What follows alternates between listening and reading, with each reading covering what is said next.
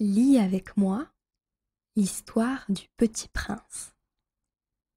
Premier chapitre. Lorsque j'avais 6 ans, j'ai vu une fois une magnifique image dans un livre sur la forêt vierge qui s'appelait Histoire vécue. Ça représentait un boa qui avalait un fauve.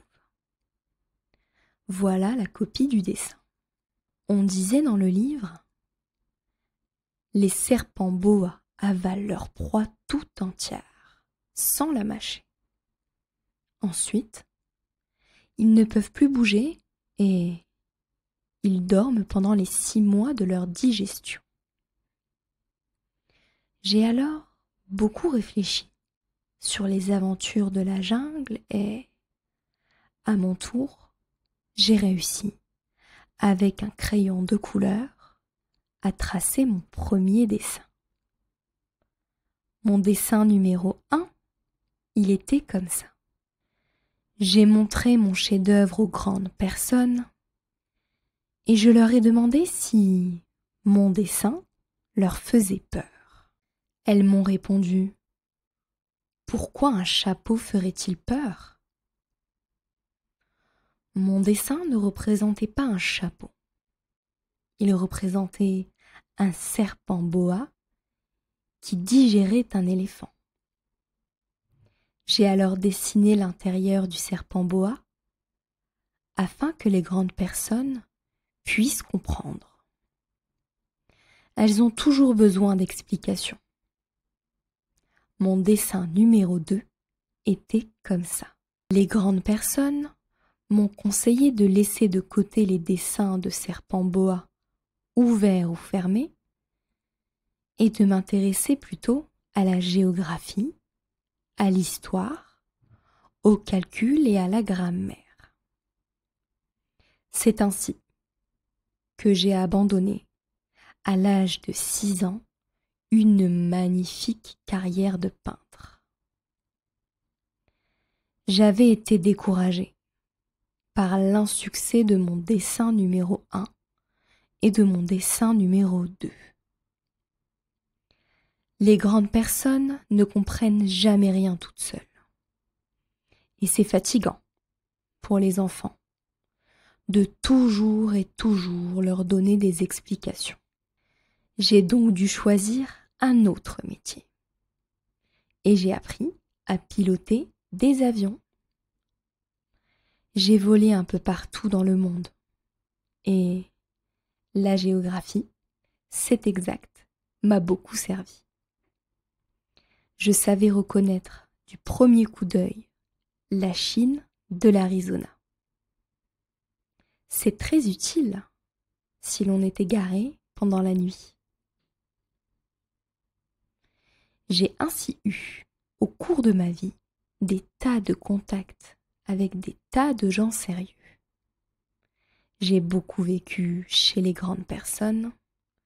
Je les ai vus de très près. Ça n'a pas trop amélioré mon opinion. J'en rencontrais une qui me paraissait un peu lucide.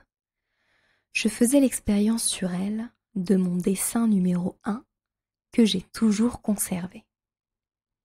Je voulais savoir si elle était vraiment compréhensive. Mais toujours, elle me répondait: c'est un chapeau. Alors je ne lui parlais ni de serpent boa, ni de forêt vierge, ni d'étoiles. Je me mettais à sa portée, je lui parlais de bridge, de golf, de politique et de cravate.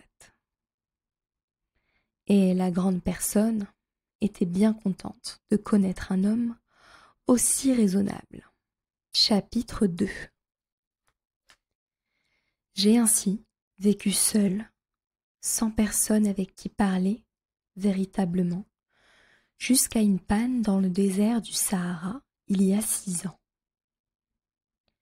Quelque chose s'était cassé dans mon moteur, et comme je n'avais avec moi ni mécanicien, ni passager, je me préparais à essayer de réussir tout seul une réparation difficile. C'était pour moi une question de vie ou de mort.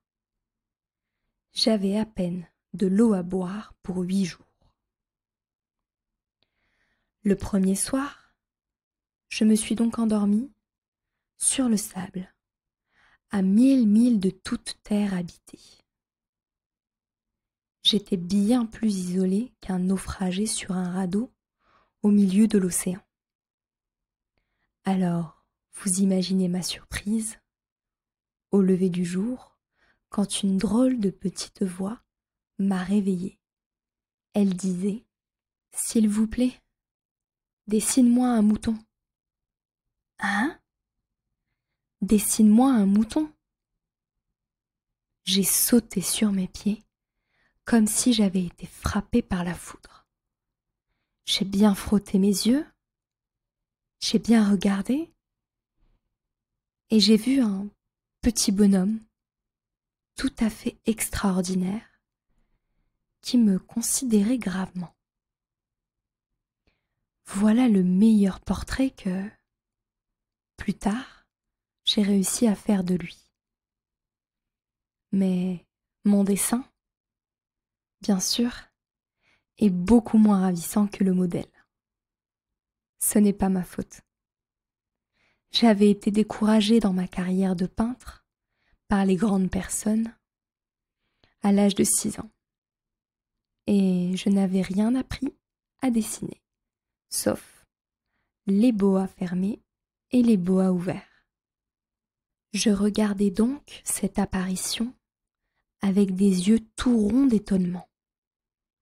N'oubliez pas que je me trouvais à 1000 milles de toute région habitée. Or, mon petit bonhomme ne me semblait ni égaré, ni mort de fatigue, ni mort de faim, ni mort de soif, ni mort de peur. Il n'avait en rien l'apparence d'un enfant perdu au milieu du désert, à 1000 milles de toute région habitée. Quand je réussis enfin à parler, je lui dis « Mais qu'est-ce que tu fais là ?» Et il me répéta alors doucement, comme une chose très sérieuse, « S'il vous plaît, dessine-moi un mouton. » Quand le mystère est trop impressionnant, on n'ose pas désobéir. Aussi absurde que cela me sembla, à 1000 milles de tous les endroits habités et en danger de mort, je sortis de ma poche une feuille de papier et un stylographe.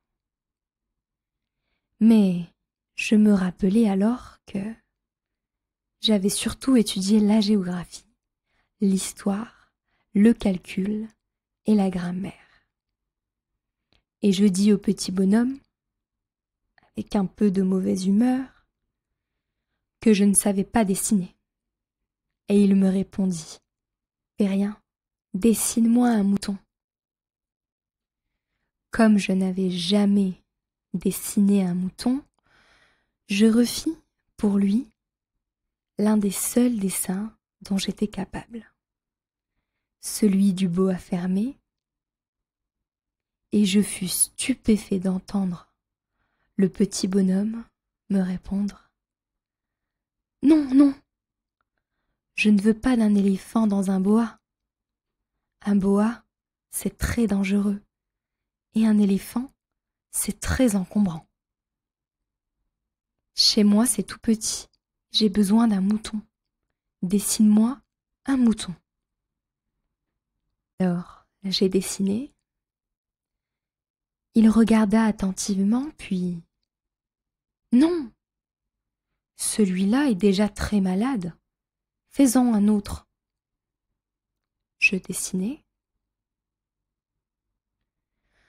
Mon ami sourit gentiment avec indulgence. « Tu vois bien, Ce n'est pas un mouton, c'est un bélier. Il a des cornes. » Je refis donc encore mon dessin, mais il fut refusé comme les précédents. « Celui-là est trop vieux. Je veux un mouton qui vive longtemps. » Alors, faute de patience, comme j'avais hâte de commencer le démontage de mon moteur, je griffonnai ce dessin-ci. Et je lançai. Ça, c'est la caisse. Le mouton que tu veux est dedans. Mais je fus bien surpris de voir s'illuminer le visage de mon jeune juge. C'est tout à fait comme ça que je le voulais. Crois-tu qu'il faille beaucoup d'herbe à ce mouton? Pourquoi? Parce que chez moi c'est tout petit. Ça suffira sûrement. Je t'ai donné un tout petit mouton. Il pencha la tête vers le dessin. Pas si petit que ça, tiens. Il s'est endormi. Et c'est ainsi que je fis la connaissance du petit prince. Voilà le meilleur portrait que, plus tard, j'ai réussi à faire de lui.